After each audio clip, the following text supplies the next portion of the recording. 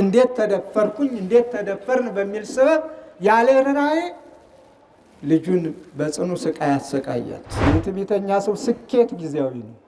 በጣዖት አምልኮ ልባቸው የደነደነ፣ በጣዖት አምልኮ አይምሯቸውን ያጡ፣ የሰከሩ፣ ያበዱ ሌላ ስራ የላቸው። ኑና አብረን እንሂድ። ወንድ እኔ ፊት ለፊት እመራለሁ። የትኛውን ቦታ ወንድ ይሆን ከየትኛውን ቦታ ያለ ወሬውን ተወውና ና፣ ባሻጋሪ መወንጨፍን ተወውና ና።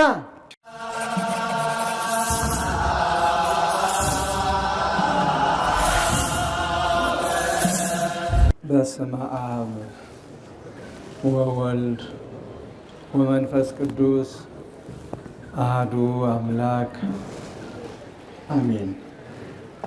ክቡር መላከ ሰላም ኤፍሬም ሙሉ ዓለም የባህር ዳር ሀገረ ስብከት ዋና ስራ አስኪያጅ፣ ክቡር መላከ ገነት አባ ወልደ ትንሣኤ የዚህ ታላቅ ገዳም አስተዳዳሪ፣ ክቡራን የሀገረ ስብከቱ የመምሪያ ኃላፊዎች፣ ክቡራን የገዳማትና የአድባራት አስተዳዳሪዎች፣ ክቡር ሊቀ ብርሃናት አባ ገብረ ማርያም ደባሶ፣ የተከበራችሁ ሊቃውንተ ቤተ ክርስቲያን፣ የተከበራችሁ አባቶችና እናቶች፣ ወንድሞችና እህቶች፣ በአጠቃላይ እግዚአብሔር በቸርነቱ የጠራችሁና የመረጣችሁ በቅድስት ቤተ ክርስቲያኑ የተሰበሰባችሁ ሁላችሁም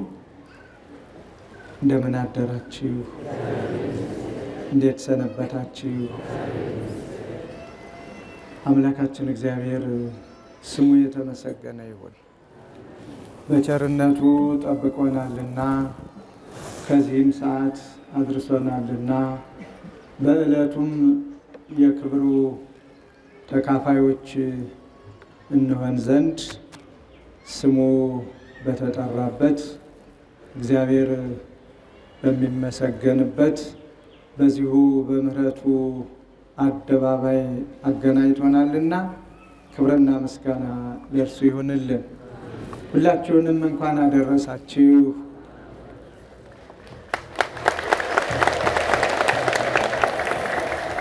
እንደ ዛሬው ሁሉ ለሚመጣውም ዓመት እግዚአብሔር በቸርነቱ ያድርሳችሁ። በጥሪ ይቅርታ አልፌያችሁ ነው። የተከበራችሁ ሙሽሮች፣ በእግዚአብሔር ቤት በሥርዓተ ቤተ ክርስቲያን ጋብቻችሁን የፈጸማችሁ እግዚአብሔር ፈቅዶ በቤቱ ስላከበራችሁ ክብርና ምስጋና ለእርሱ ይሁን እያልኩ እንኳን ደስ አላችሁ። ትዳራችሁንም እግዚአብሔር ይባርክ። እግዚአብሔር ከእናንተ ጋር ይሁን። ትምህርቱን መምህረ ሊቃውንት ማይበል አስተምረውናል። ከዚህ በላይ መጨማመሩ ምንም ትርጉም የለውም።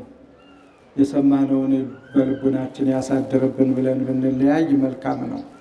ጥቂት ብቻ ዕለቱን ለማስታወስ ያህል ዝም ብዬ በቀላሉ ዛሬ ብዙ ቅዱሳንን እናስባለን።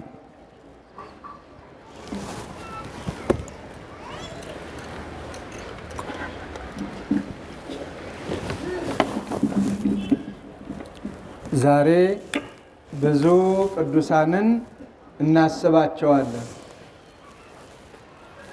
ከቅዱሳኑ ከሰማዕታቱ አንዱ ቅዱስ ጊዮርጊስ የልዳው ኮከብና ፀሐይ ነው። ቅድምም እንደተነገረን እግዚአብሔር በቸርነቱ ከፍ ከፍ ያደረገው ሰማዕት፣ በወጣትነቱ የመረጠውና ያከበረው ማደሪያውም ያደረገው በነገስታቱ ፊት መቆምን የማይፈራ ነገስታቱን ያሳፈረ አምልኮ ጣዖትን የናደ የሰባበረ ልዩ ሰማዕት እንደ ኢትዮጵያችንም የኢትዮጵያ ገበዝ የኢትዮጵያ ባለውለታ ብለን የምንጠራውን ቅዱስ ጊዮርጊስ ነው። እሱን አስመልክቶ ቅዳሴ ቤቱን እናከብራለን፣ እያከበርን ነው ማለት ነው። ሌላው አሁንም ሌላ ቅዱስ ጊዮርጊስ የእስክንድርያ ሌላ ቅዱስ ጊዮርጊስ ነው። ይህ ቅዱስ ጊዮርጊስ ወላጆቹ እግዚአብሔርን የሚፈሩ በሕገ እግዚአብሔር የሚኖሩ የትዳርን ክቡርነት አውቀው ፈቃድ እግዚአብሔርን እየጠየቁ እንደ እግዚአብሔር ፈቃድ እየተመላለሱ የኖሩ ናቸው። ይሁን እንጂ ልጅ አልነበራቸውም። እግዚአብሔር ልጅን እንዲሰጣቸው በቅዱስ ጊዮርጊስ በሰማዕቱ አማላጅነት ለመኑት። በቅዱስ ጊዮርጊስ አማላጅነት ደግሞ ልመናቸው ተቀባይነት አገኘና ጸነሱ፣ ወለዱ። ከዚያም ልጃቸውን ጊዮርጊስ ብለው ሰየሙት። ይህንንም ጊዮርጊስ ዛሬ ሰማዕትነት የተቀበለበትን እናስባለን። በረከቱንም እንቀበል ዘንድ እግዚአብሔርን እንለምናለን። ሌሎቹም በቅዱስ መርቆሬዎስ በሰማዕቱ የተሰየመ ወንድሙ ዮሐንስ በዮሐንስ የተሰየመ እነዚህም ሰማዕትነትን የተቀበሉ ብዙ ናቸው። ሁሉን እንዘርዝር ካል በጣም ብዙ ቅዱሳን በዚህ ዕለት ይውላሉ። እግዚአብሔር ከፍ ከፍ ያደረጋቸው፣ እግዚአብሔር የመረጣቸው፣ እግዚአብሔር ባለሟል ያደረጋቸው። የሁለቱን ታሪክ ባጭሩ ዕለቱ ነውና በዓሉ ነውና ባጭሩ ነው የማስተላልፍላችሁ። አንደኛው የእስክንድርያው ቅዱስ ጊዮርጊስ በሰማዕቱ በቅዱስ ጊዮርጊስ የተሰየመ በስለት የተወለደ ከመልካም አባትና እናቱ ፈሪሃ እግዚአብሔርን ተምሮ በክርስቲያናዊ ስነ ምግባር አጊጦ እንደ እግዚአብሔር ፈቃድ እየተመላለሰ አደገ። ካደገ በኋላ በጎ ስራ በመስራት መልካም ስራ በመስራት እግዚአብሔርን ደስ የሚያሰኘውን ስራ በመስራት በየገዳማቱም እየሄደ ቅዱሳት ገዳማትን እየተሳለመ እያገለገለ የሚኖር ፍጹም የእግዚአብሔር ሰው ሆነ ይለዋል። በአጋጣሚ ደግሞ የእናቱ ወንድም ልጅ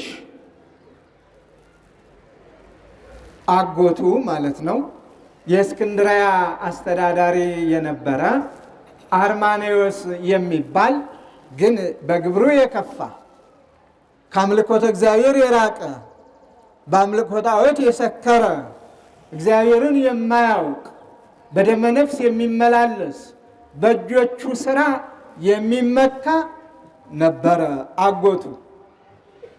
የአጎቱ ልጅ ደግሞ በንጽህና በቅድስና የነበረች ጊዜዋን ግን ማሳለፍ የምትፈልገው እሷ ደስ ያሰኛሉ የምትላቸውን ቦታዎች እየጎበኘች ከጓደኞቿ ጋር አገር ላገር የዞረች ነበረና ከዕለታት አንድ ቀን ወደ ደብረ ቁስቋም አመራች።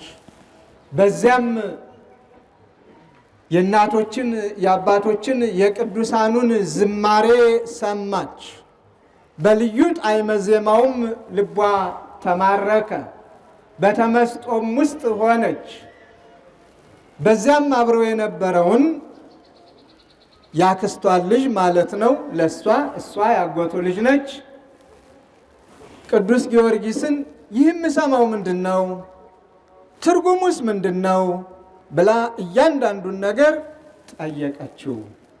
ቅዱስ ጊዮርጊስ ስል አሁን የምተርክላችሁ የእስክንድርያውን ቅዱስ ጊዮርጊስ ዛሬ የምናስበውን ነው።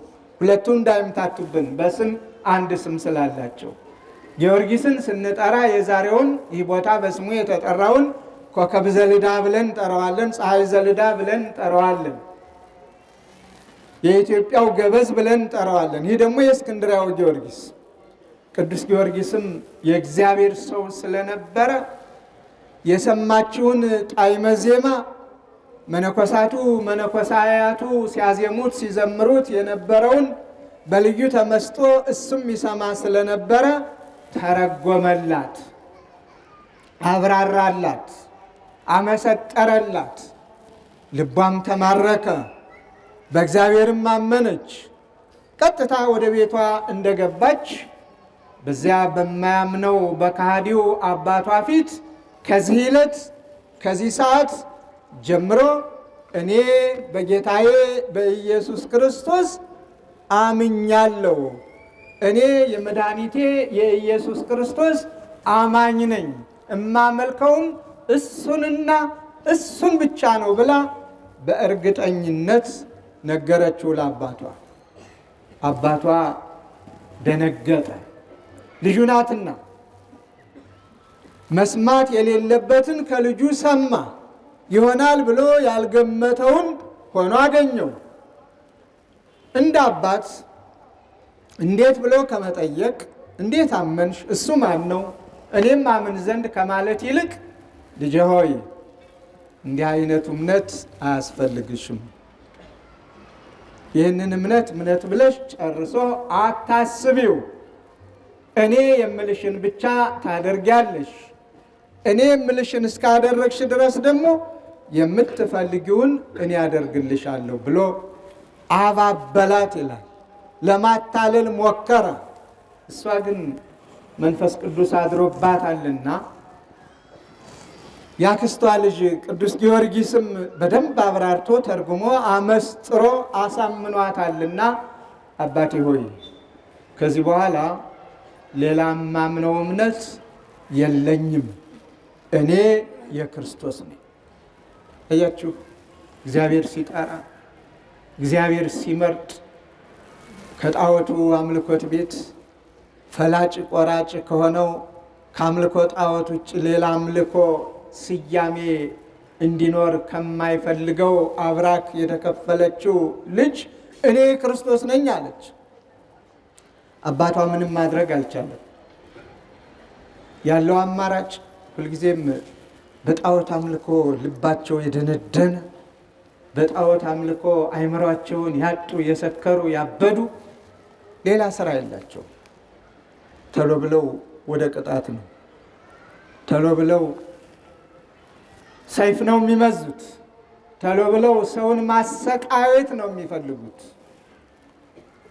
ለነሱ እንዲህ አይነቱን ተመራምሮ ሰምቶ አይቶ አውቆ አምኖ የእግዚአብሔር ከመሆን ይልቅ መደፈር አድርገው ስለሚቆጥሩት እንዴት ተደፈርኩኝ እንዴት ተደፈርን በሚል ሰበብ ያለ ርኅራኄ ልጁን በጽኑ ስቃይ አሰቃያት።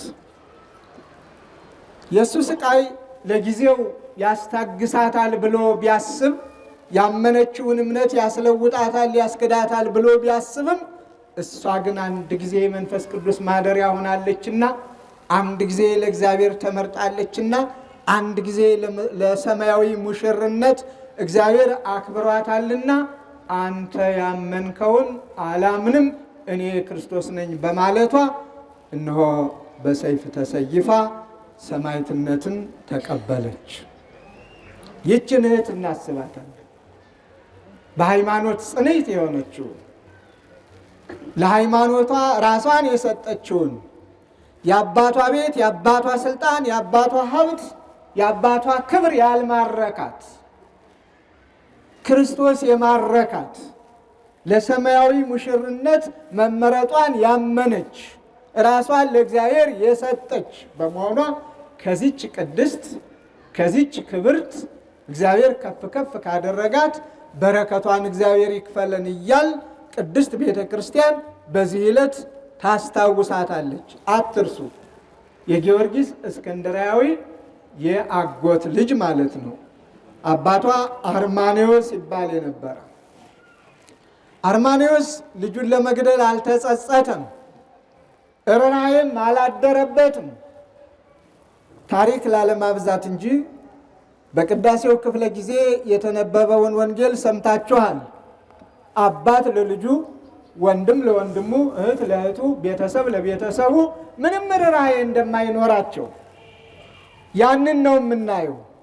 አባት ለልጁ ርኅራኄ አላደረገም እምነቴ ተደፍሯል ብሎ። ለዚያውም እሱ በእጁ ሰርቶ አዘጋጅቶ ዓይን እያለው የማያየውን፣ እግር እያለው የማይሄደውን፣ አንደበት እያለው የማይናገረውን ጣዖት ለምን ካላመለክሽ ብሎ ሰማያዊንም ምድሩንም የፈጠረውን የሚታየውንም የማይታየውንም የፈጠረውን እግዚአብሔርን በማምለኳ ያለ ርኅራኄ ልጁን በሰይፍ ገደለ።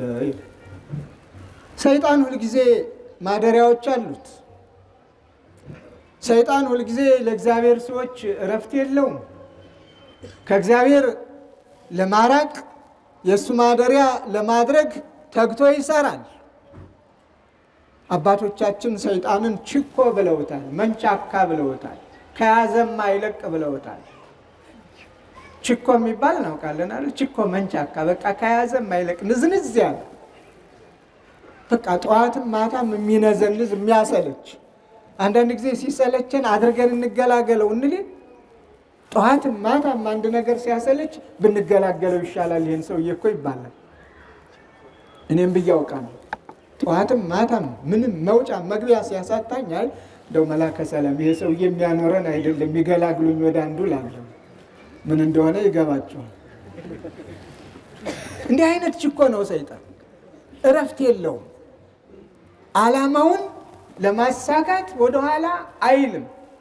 ስለዚህ በሕፃኗ ሞት ያውም በአባቷ እጅ በሞተችው እጅግ ሰይጣን ተደሰተ። ማን ቀረው?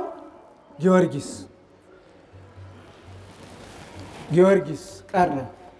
ያጎቷ ልጅ ያክስቷ ልጅ ቀረ። ስለዚህ ሄደ።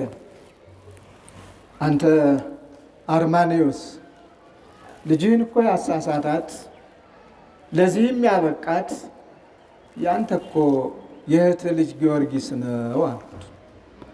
አሃ ለካ ልጄ ለዚህ ያበቃት ጊዮርጊስ ነው አለ። ወዲያው ጠሩታል። እሱንም እንደዚሁ ጽኑ ስቃይ ማሰቃየት ጀመረ።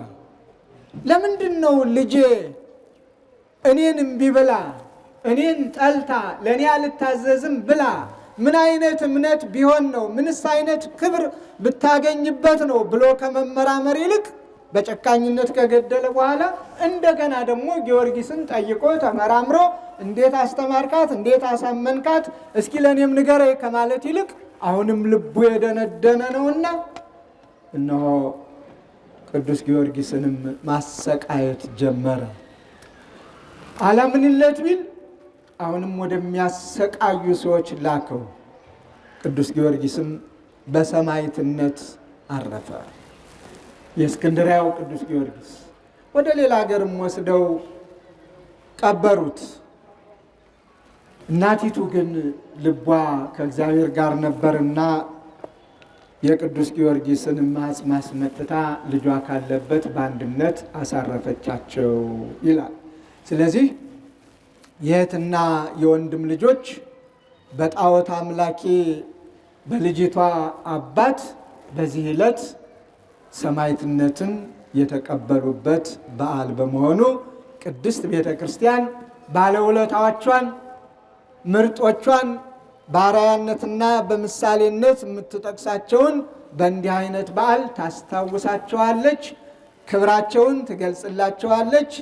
የነሱ በረከት እኛንም እንዲጎበኘን እስከ መጨረሻው በሃይማኖት እንድንጸናም እግዚአብሔር ሆይ እነሱን ያጸናህ፣ እነሱን የመረጥክ፣ እነሱን ከፍ ከፍ ያደረግ እኛንም እርዳን ብለን በስማቸው እንማጸናለን፣ እናከብረዋለን። አንደኛው ይህንን ዕለት የምናከብርበት ይህ ነው ማለት ነው። ትምህርቱን ተምረናል። ዕለቱን ለመጥቀስ ያህል ነው። ሁለተኛው ቅዱስ ጊዮርጊስ ቅዳሴ ቤቱ ነው። የልዳው ቅዱስ ጊዮርጊስ። ስለ ቅዱስ ጊዮርጊስ ያልተባለ ያልተነገረ የለም። ቅድምም እንደነገሩን መምህረ ሊቃውንት ስንናገር ውለን ስንናገር ብናድር እግዚአብሔር በሱ አድሮ የሰራውን ታምራት በዚህ በተወሰኑ ደቂቃዎች ተናግረን ማጠናቀቅ አንችልም። የዛሬዋን ዕለት ብቻ ቀንጨብ አድርገን እንወስዳለን። ቅዳሴ ቤቱን ነው የምናከብር። ዲዮቅልጥያኖስ የተባለው በጊዜው የነበረው በቅዱስ ጊዮርጊስ ስም በታነጸው በከበረው ቤተ ክርስቲያን ውስጥ ልዩ ልዩ ታምራት እንደሚደረግ ሰማ። ዕውራን ያሉ በዚያ ቤተ መቅደስ፣ ሕሙማን ይፈወሳሉ በጊዮርጊስ ቤተ መቅደስ። እምነቱን እየተቀቡ ጸበሉን እየጠጡ በታሰረበት ሰንሰለት ሳይቀር እየተዳሰሱ በስሙ በከበረው ቤተ መቅደስ እየተገኙ ከልዩ ልዩ ደዌያቸው ይድኑ ነበረ፣ እግዚአብሔርንም ያመሰግኑ ነበረ። ይህንን የሰማው ዲዮቅልጥያኖስ እረፍት አጣ። ሁልጊዜም ቢሆን እንደነዚህ አይነት ሰዎች እረፍት የላቸውም፣ ቀበጥባጦች ናቸው። በጎ ነገር አይወድላቸውም፣ መልካም ነገር አይታያቸውም፣ ድንቅ ነገር መስማትን አይፈልጉም። ዓለም ሁሉ እነሱን ብቻ ቢያመሰግናቸው፣ እነሱን ብቻ እንዲያከብራቸው፣ እነሱን ብቻ ከፍ ከፍ እንዲያደርጋቸው፣ ከሱ ውጭ ከነሱ ውጭ ሌላ ማንም ማን የለም የሚል ስያሜ ብቻ እንዲኖራቸው ይፈልጋሉ። ዲዮቅልጥያኖስ ምኑንም አልነካው። በጊዮርጊስ ቤተ መቅደስ የሚሰራው በጎ ነገር፣ ድህነት፣ ትሩፋት፣ የምእመናን ፈውስ ለሱም ክብሩ እንጂ ውርደቱ አልነበረም። ግን አልተቀበለውም። ስለዚህ የጦር መኮንኑ የነበረውን አውሄዎስ የተባለውን መኮንን ከጭፍሮቹ ጋር ቀጥታ ወደ ቤተ መቅደሱ ወደ ጊዮርጊስ መታሰቢያ ስሙ በሚጠራበት ቤተ መቅደሱ በታነጸበት ሄዶ ምንም ምን በዚያ ታምራት እንዳይሰራ ቤተ መቅደሱን አፍርሶ እንዲመለስ ትእዛዝ ሰጠ ይለናል። ይታያችሁ፣ የታደሉት ቤተ መቅደሱን ያንጻሉ፣ የታደሉት ቤተ መቅደሱን ይገነባሉ፣ የታደሉት አስራቱን በኩራቱን ለእግዚአብሔር ይዘው ወደ እግዚአብሔር ቤት ይቀርባሉ፣ የታደሉት በሰማይቱ አማላጅነት እግዚአብሔርን ይማጸናሉ፣ ከደዌ ሥጋ ከደዌ ነፍስ ለመዳን እግዚአብሔርን ይለምናሉ። የታደሉት ቅዱስ ጊዮርጊስ ወይ አንተ ምርጥ የእግዚአብሔር ሰማዕት፣ እውነተኛ ምስክሩ፣ ያለምንም ሰቀቀን ፍርሃት ሞትን የተጋፈጥክ፣ በነገስታቱ ፊት የቆምክ፣ ነገስታቱን ያሳፈርክ፣ ለእኔም ኃይልን ጉልበትን እግዚአብሔር ይሰጠኝ ዘንድ ለምንልኝ፣ አንተም እርዳኝ ብለው ይለምናሉ። ያልታደለው ዲዮቅልጥያኖስ ግን አውሄዎስ የተባለውን መኮንኑን ከጭፍሮቹ ጋር ሂደህ ቤተ መቅደሱን አጥፋ፣ አቃጥል፣ አውድም ብሎ ነው ትእዛዝ የሰጠ። ዛሬም ያልታደሉት ቤተ መቅደስ ሲያወድሙ እንሰማለን፣ እናያለን።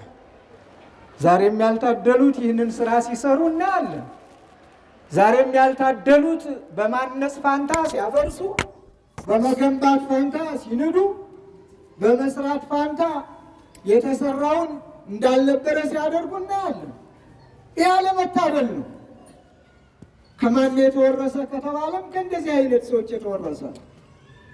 ስለዚህ አውሄዎስ የአለቃውን ትእዛዝ ተቀብሎ እሱም ለጭፍሮቹ አለቃ ነውና ቁጣን ለብሶ ኃይልን ተጎናጽፎ ሌላ ከሱ በላይ ኃይል መኖሩን ረስቶ የወደደውን ለማድረግ በትዕቢትና በትዕዝርት በማናለብኝና በኩራት ሰራዊቱን አስከትሎ ወደ ጊዮርጊስ ቤተ መቅደስ ገሰገሰ።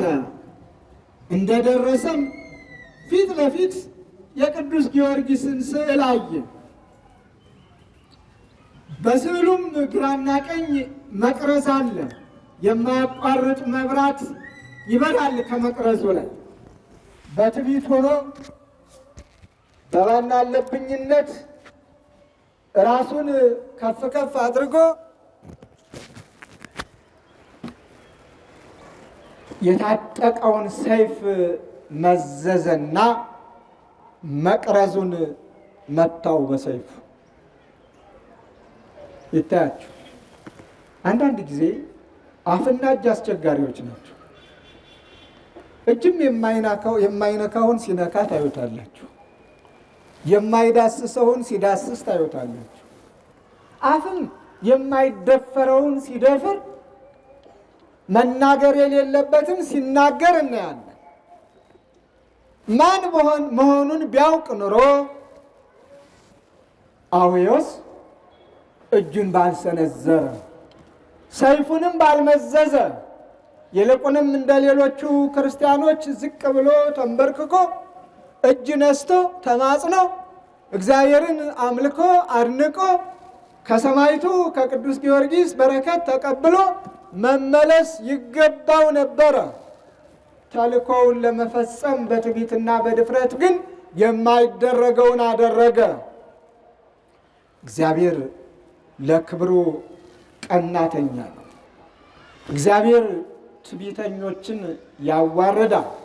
አንዳንድ ጊዜ እያየ እንዳላየ ይሆናል፣ እየሰማ እንዳልሰማ ይሆናል። በዚህን ሰዓት ብዙ ደካሞች ኃጢአታቸውን የወደደላቸው ኃጢአታቸውን አይቶ የማያይ የማይሰማ አስመስለው ኃጢአትን ተለማምደው በኃጢአት ላይ ኃጢአት እየሰሩ ይኖራሉ። ብልሆች ደግሞ ተሎ ለንስሐ ራሳቸውን ያዘጋጃሉ። ስለዚህ አውዮስ እጁን ሰነዘረ፣ መቅረዙን መታ። የመቅረዙ ፍንጣሪ መሀል አናቱን አለ። እዚያው ላይ ሽባ ሆኖ ወደቀ። እንዳልሆነ ሆነ። ያ ጀግንነት፣ ያ ኃይል፣ ያ ክንድ፣ ያ እብሪት፣ ያ ትዕቢት ቅጽበታዊ በሆነ መልኩ ከሰመ። ሌላ መጥቶ አልወረወረበትም። ሌላ የሚታገለው አልተፈጠረም። እሱ የሰበረው መቅረዝ ስባሪ አናቱን አለው። አወዳደቁ ከፋ። ጀሌዎቹ እሱን ተሸክመው ወደ መጡበት ተመለሱ። ግን ይዘውት ለመሄድ የሚያበቃ ጠባይ አልነበረውም ሰውነቱ። መዓዛው ከፋ፣ ነገሩ ተለወጠ። ስለዚህ ይህንን ይዘው መጓዝ የትም ስለማያደርስ ባህር ላይ ወርውረውት ሄዱ ይላል። የብሬተኞች ፍጻሜ፣ የትዕቢተኞች ፍጻሜ፣ ያላዋቂዎች ፍጻሜ ይሄ ነው። በቅዠት ዓለም የሚመላለሱ ሰዎች ፍጻሜ ይሄ ነው። ፍቅርን፣ ርኅራኄን የማያውቁ ሰዎች ፍጻሜ ይሄ ነው። በትዕቢት በጉልበት በትምክህት የሚመላለሱ ሰዎች ፍጻሜ የአውዮስ ነው። አውዮስ ይህ ዕድል ነው የገጠመው። ልብ አድርጉ። ዲዮቅልጥያኖስ ይህንን ዜና ሰማ። ይህን ዜና ሲሰማ ዲዮቅልጥያኖስ መማር ነበረበት፣ መፍራት ነበረበት፣ ራሱንም መጠየቅ ነበረበት። ለምን? ማን መተው? በእርግጥ የቅዱስ ጊዮርጊስ ስዕል አለ። የሰማው ታሪክ ግራና ቀኝ መቅረዝ ነው የሚበራው። በሰይፍ የመታው መቅረዝ ነው አናቱን ብሎ እንዳልሆነ ያደረገው። ይሄ የእግዚአብሔር እጅ መሆን አለበት ብሎ መጠርጠርም ነበረበት። ግን አልጠረጠርም። ትዕቢቱ ከፍ ያለ ስለሆነ ሁልጊዜ ትዕቢት ሲያውር በጣም አደገኛ ነው። ትዕቢት ሲጋርድ በጣም አደገኛ ነው። ትዕቢት ዝቅ ዝቅ አያደርግም፣ ከፍ ከፍ ነው የሚያደርግ። ተራራ የመናድ አቅም ያለው ነው የሚያስመስል።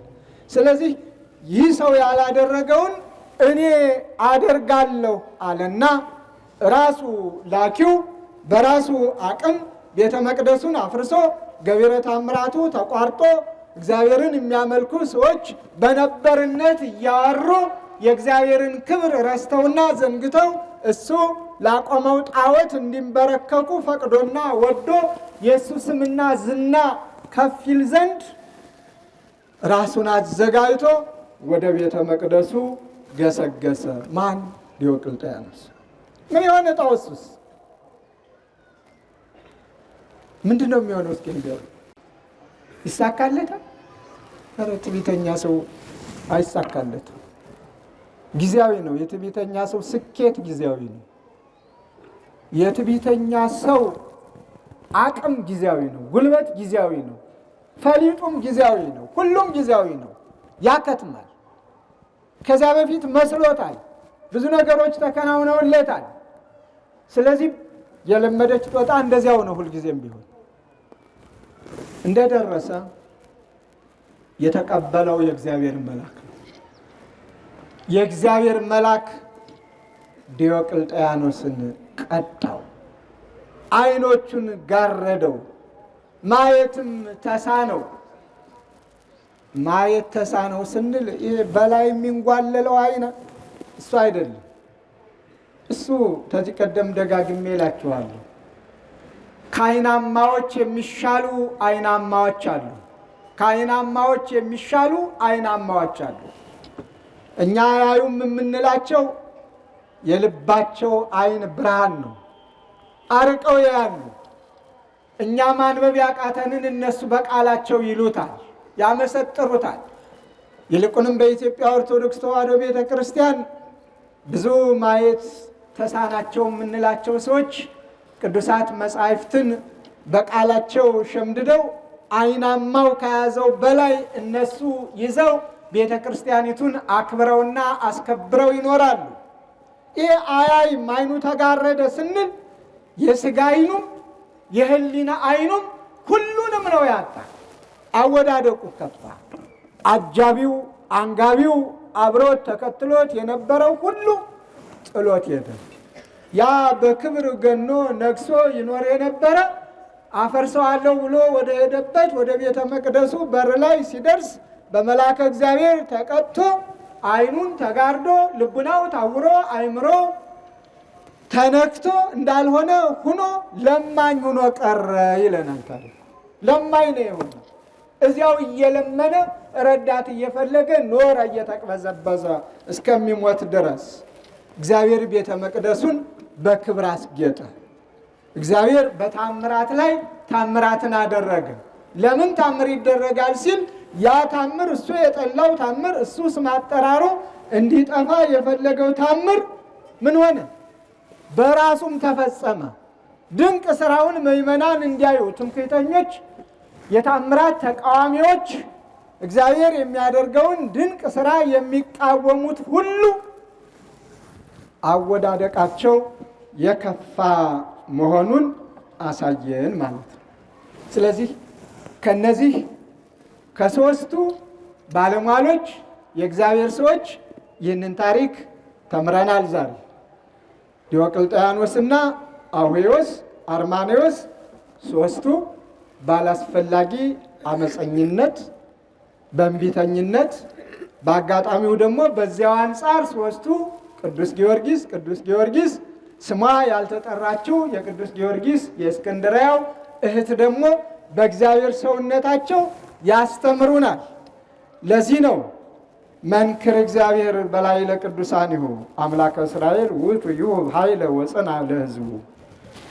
የእስራኤል አምላክ ወይም የእስራኤል ፈጣሪ እሱ ለወገኖቹ ኃይልን ይሰጣቸዋል። ይህን ያደረገ እግዚአብሔር የተመሰገነ ይሁን።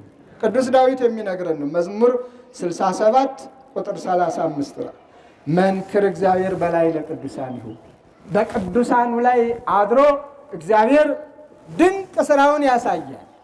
ለቅዱሳኑ ለመረጣቸው እንዳይፈሩ፣ እንዳይርበተበቱ፣ ወደኋላ እንዳይሸሹ፣ ወደፊት ብቻ እንዲሄዱ፣ ምድራዊውን ሳይሆን ሰማያዊውን እንዲመለከቱ፣ ጊዜያዊውን ሳይሆን ዘላለማዊውን እንዲመርጡ ኃይል ይሰጣቸዋል፣ ጉልበት ይሰጣቸዋል። እነሆ ጉልበትን ኃይልን እግዚአብሔር ሰጥቷቸው እነዚህ የተመረጡ ቅዱሳን ሰማዕታት አባቶቻችንና እህታችን ቅድስት የሆነችው ክርስትናን እንዲህ ሰብከውልናል። በአጠቃላይ ስለ ቅዱሳኑ ዕብራውያን ምዕራፍ 11ን በሙሉ አንብቡት ቤታችሁ ስትሄዱ፣ ሰፊ ታሪክ ይነግረናል። ዕብራውያን ምዕራፍ 11 ብዙ ጊዜ መውሰድ አልፈልግም።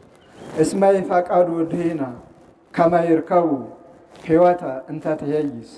በዚህ ዓለም በሕይወት መኖርን አልወደዱምና የበለጠች ትንሣኤ ዘለክብርን ይወርሱ ዘንድ በዚህ ዓለም በሕይወት መኖርን አልወደዱም ይላል። አነጻጽሩ። ለምንድን ነው በዚህ ዓለም መኖርን ያልፈለጉ ቅዱሳን?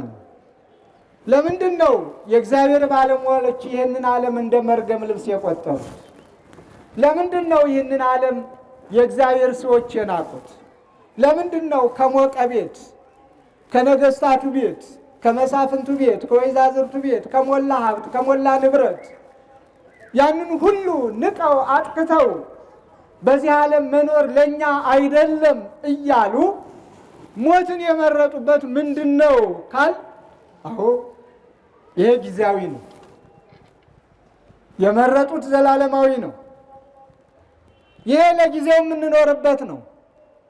ጊዜ አለው፣ ያልፋል። የምንኖረውም የማናውቀውን ዘመን ነው። ያኛው ዓለም የመረጡት ግን ለዘላለም ነው። በዚህ ጊዜ ያልፋል የማይባል ነው። ስለዚህ ምርጫቸው ትክክለኛ ነው። ክርስትናን እንዲኖረውታል አባቶቻችን። ክርስትናን እንዲተርጉመውታል አባቶቻችን፣ እናቶቻችን። ታዲያ የኔና የእናንተ ክርስትና ምን ይመስላል? ስለ ሌላው መተረክ ቀላል ነው። ታሪኩም ያስጎመጃል፣ ደስም ያሰኛል። ምነው እኔን ባደረገኝ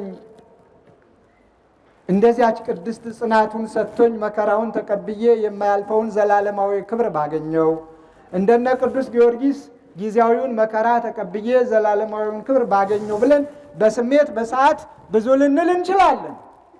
ከተወሰነ ጊዜስ በኋላ አብሮንስ ቤት ድረስ ይጓዝ ይሆን? ይውላል፣ ያድራል፣ ያመሻል። ታሪካቸው ወዲያው እንረሳዋለን። ምክንያቱም ሰይጣን እረፍት የለውማ። ስለዚህ ክርስትናን እንደ አባቶቻችን እንኖር። አባቶቻችን በተጋድሎ ነው የኖሩት። የዓለም አይገባንም ብለው ከአንዱ ወደ አንዱ እየተንከራተቱ ዋሻ ለዋሻ የፍየል ሌጦ ለብሰው በረሃብ አለንጋ እየተገረፉ የእግዚአብሔርነታቸውን እያረጋገጡ እግዚአብሔርን እየሰበኩ እያስተማሩ በመልካም አርአያነትና ምሳሌነት ራሳቸውን ለእግዚአብሔር ሰጥተው ታሪካቸውን ትተውልን ዘላለማዊውን ክብር ወርሰው ይኖራሉ። እኛስ የእነሱ ልጆች ነንና እንደነሱ ለመሆን ራሳችንን አንርሳ፣ እናዘጋጀው። እኛ ክርስትናችን ሁሉ ወሬ ላይ ተመስርቷል። ክርስትናችን ሁሉ ወሬ ላይ ተመስርቷል። ሞትን መጣ ከተባለ አንተ ሞትልኝ ብሎ የሚጽፍና የሚያወራ እንጂ እኔ ልሙት ብሎ ወደ ሞቱ አደባባይ የሚመጣ የለም። መርዶ ነጋሪ እንጂ የዚህ ሰማዕትነት አካል ልሁን ብሎ የሚገሰግስ የለም ማንም። ወሬው ላይ ግን አለን ሁላችንም። የሚገርመው ግን አንዱ አንዱን ሲተች አለማፈሩ ነው። መተቻቸት ብቻ የሰለጠነበት ዘመን፣ ከወሬ ያልዘለለ ክርስትና። ክርስትና እኮ ስናየው ስንሰማው አባቶቻችን አውርተው አላለፉ፣ ሰርተው ነው ያለፉት። ሰማዕትነት አይለፍህ ብለው ሰማዕትነት ወደሚፈጸምበት ሰማዕትነት ወደሚደረግበት ቦታ እየገሰገሱ እኔም የክርስቶስ ነኝ፣ እኔም አምላኬ ኢየሱስ ክርስቶስን አምነዋለሁ፣ ከሱ ሌላ አምላክ የለም የለኝም ብለው መስክረው ነው በአደባባይ ራሳቸውን መስዋዕት አድርገው ዘላለማዊውን ክብር የወረሱ። በእኛ ዘመን ደግሞ እኛ ሰማዕትነት ተቀበለ የሚል ወሬ ከሰማን ለምን እነገሌ የሰማዕትነት አብረው አልተቀበሉም፣ ለምን እነገሌ ዝም አሉ የሚል ትችት ካልሆነ በስተቀር ሰማዕትነት አይለፈን ብለን ሁላችንም ሰማዕታቱ ሰማዕትነት ወደ ተቀበሉበት ቦታ አንድም እግሩን የሚያነሳ የለም። ሁሉም የውሸት ክርስትና ይመስላል።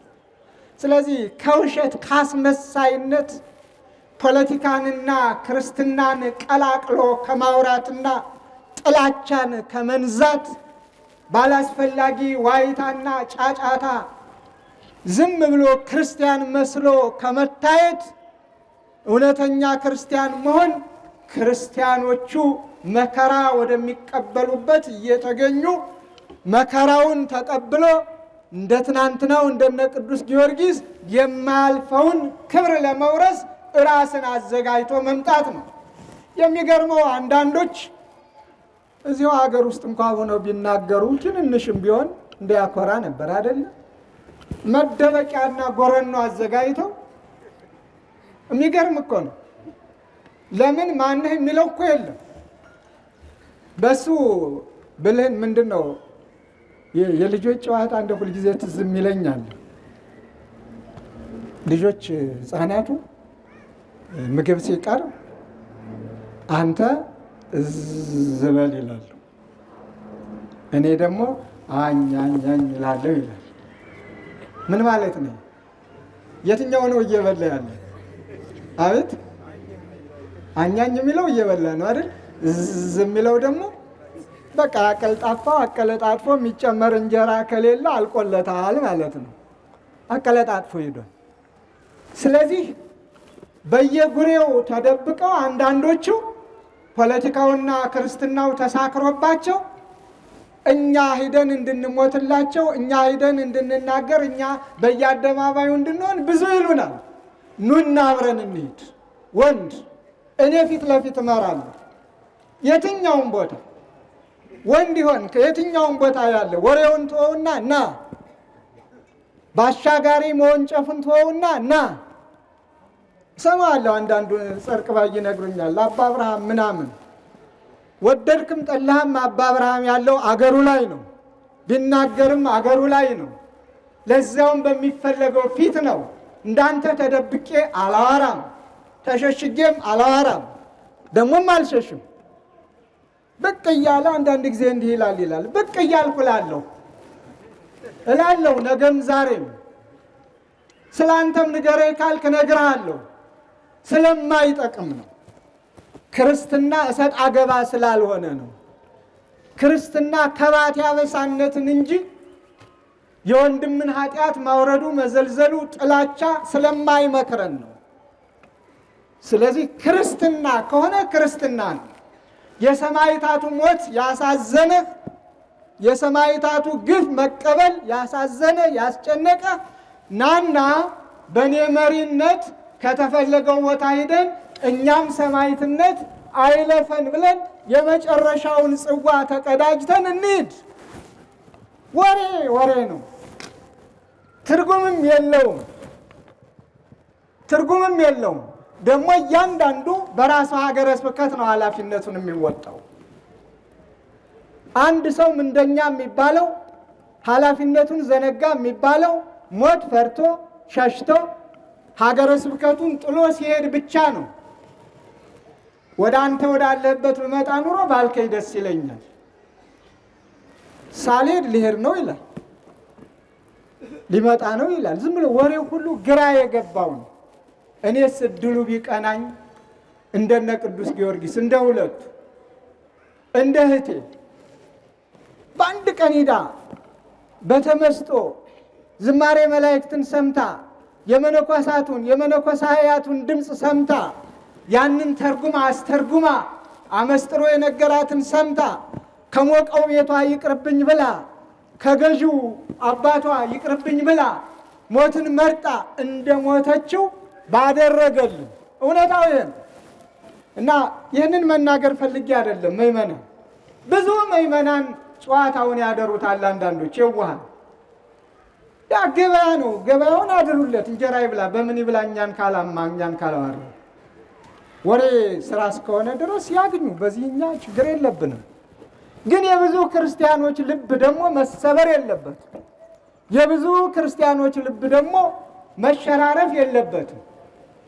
ስለዚህ አባቶቻችን መከራ መቀበልን ነው የመረጡት። ከማን ጋር? ከህዝባቸው ጋር ሆነው፣ ሩቅ ሆነው በማውራት አይደለም፣ በወንጭፍ አይደለም፣ ዘመን ባመጣው ወሬ አይደለም። ቅድም መምህረ ሊቃውንት ማይበል አሁን ካህንም ማያወግዘው ብለውታል። ካህንም ማያወግዘው ደና ማውሪያ አግኝተናል። ካህንም ማያወግዘው እውነት እኮ ነው። ደግሞም እውነት ይሁን ውሸት ይሁን እንዳውሪው ብቻ ብዙዎችን የሚጠልፉበት አንዳንድ ጊዜ የሌለ እኔ በራሴ ነው የማየው። ፎቶግራፊን ተለጥፎ ያውና ዛሬ ነበርኩ እንደዚህ ቦታ መቼ አለሁ እላለሁ። ቦታውም ላይ የለውም እኮ ጭራሽ፣ ግን ተለጥፏል።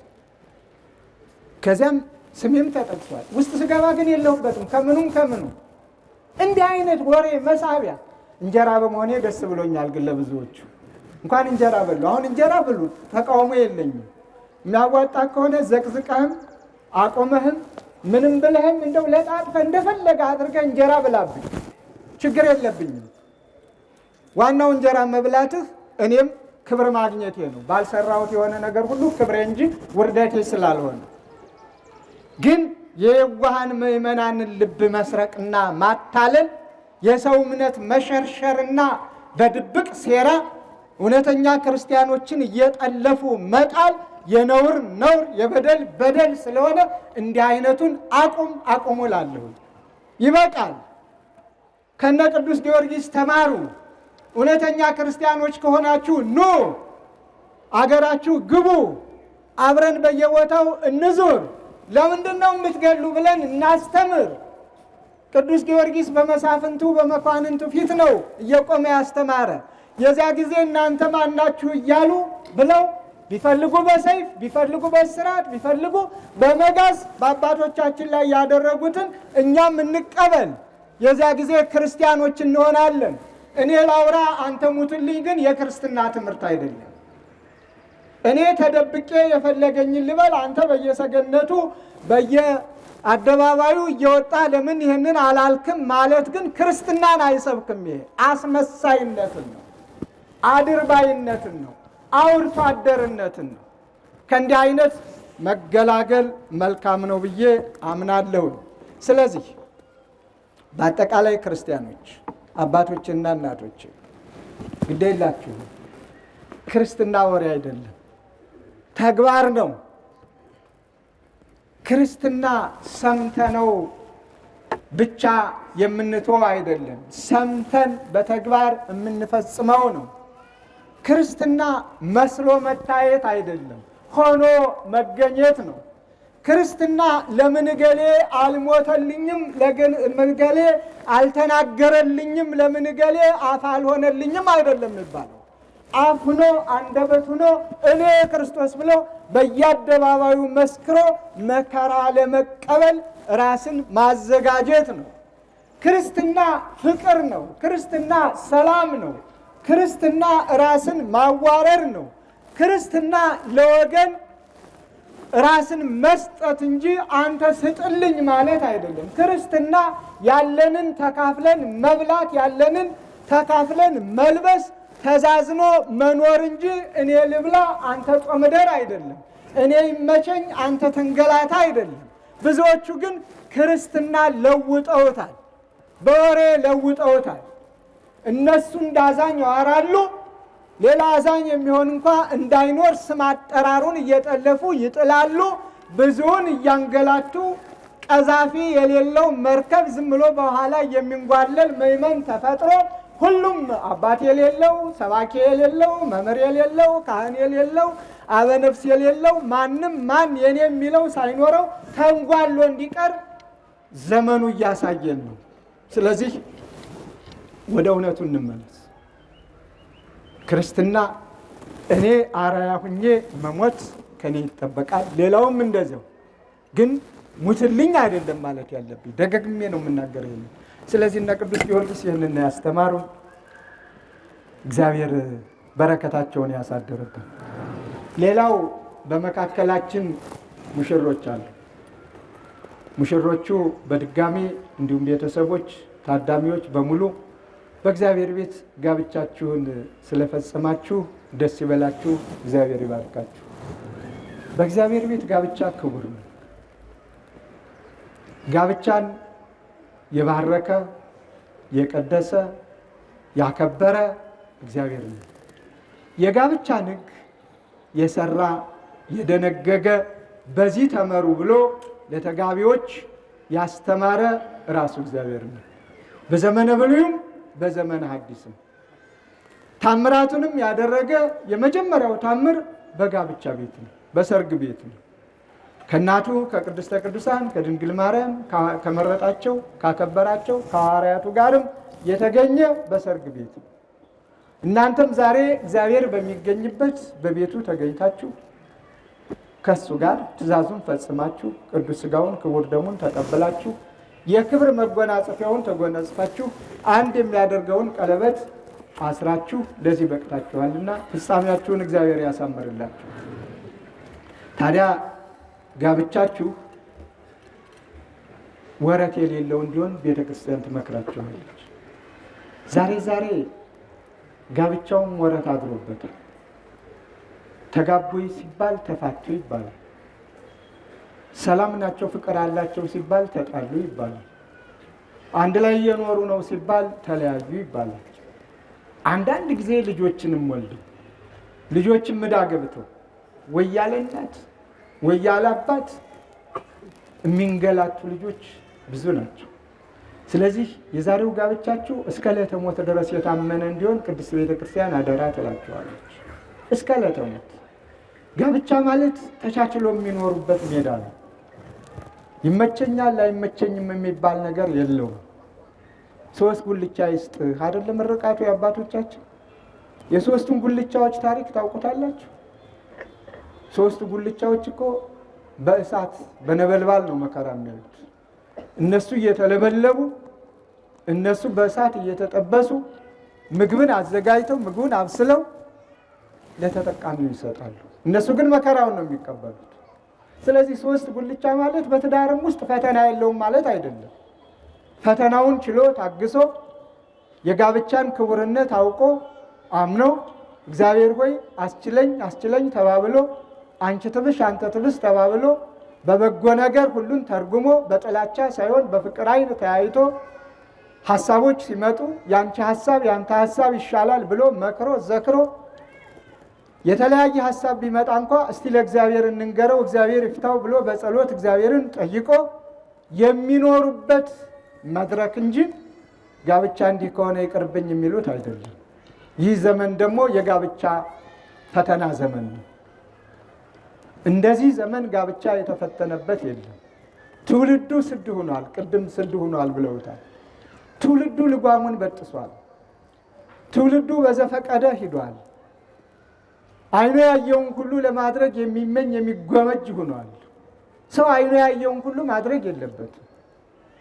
የሚለማውንና የሚከፋውን ደስ የሚለውንና የማይለየውን የማይሆነውን ለይቶ መርጦ መኖር ይኖርበታል። ስለዚህ ዘመኑ ጋብቻን ፈታኝ ነውና በፈታኙ ዘመን ደግሞ የጋብቻን ክቡርነት አውቃችሁ በጋብቻ ተሳስራችሁ የምትኖሩ ዛሬ እንዳማረባችሁ ሁሉ አምሮባችሁ እስከ ዘላለሙ ድረስ እንድትኖሩ በምክረ ካህን እየተመከራችሁ ሁልጊዜ ከእግዚአብሔር ቤት ሳትወጡ የእግዚአብሔርን ቃል እየተማራችሁ በቤታችሁም የእግዚአብሔርን ቃል እያነበባችሁ ተግታችሁ በማህበር በጋራ እየጸለያችሁ እንድትኖሩ ቅድስት ቤተ ክርስቲያን አደራ ትላችኋለች። እንደ ዛሬ ሁሉ በፍጹም ደስታ እስከ መጨረሻው አቀታ ድረስ እግዚአብሔር ያኖራችሁ። ቤታችሁን እግዚአብሔር በበረከቱ ይሙላ። በቃና ዘገሊላ የወረደች በረከት በእናንተም ላይ ትደር ትውረድ። በቃና ዘገሊላ የተደረገው ክብር በእናንተም ቤት እንደዚሁ ይሁን። እግዚአብሔር ይጠብቃችሁ። ምንም ይሁን ምን ጋብቻ መልካም ነውና እንደው በሌላ መልኩ ጋብቻን በመፍራት ጊዜን በመቁጠር ከአቅመ ሔዋንና ከአቅመ አዳም ወጣ ብሎ ዝም ብሎ በከንቱ መመላለስም ተገቢ አይደለምና ምርጫ መምረጥ ግድ ነው። ወይ ጋብቻን ወይ በድንግልና በንጽህና እኖራለሁ ብሎ መወሰን ለክርስቲያኖች ዋናው ትእዛዝ ነውና እነሆ ጊዜው ያለፈባችሁ ጊዜውን አታሳልፉት።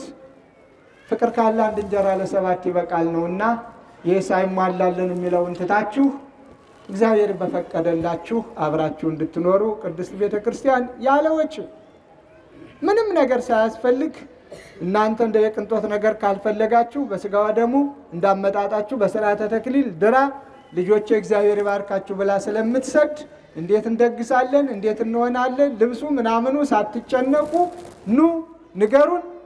ለመዳር ለመኳል ዝግጁዎች ነን። እግዚአብሔር ከሁላችን ጋር ይሁን። የሰላም አምላክ ሰላሙን ያብዛልን። አቡነ ዘበሰማያት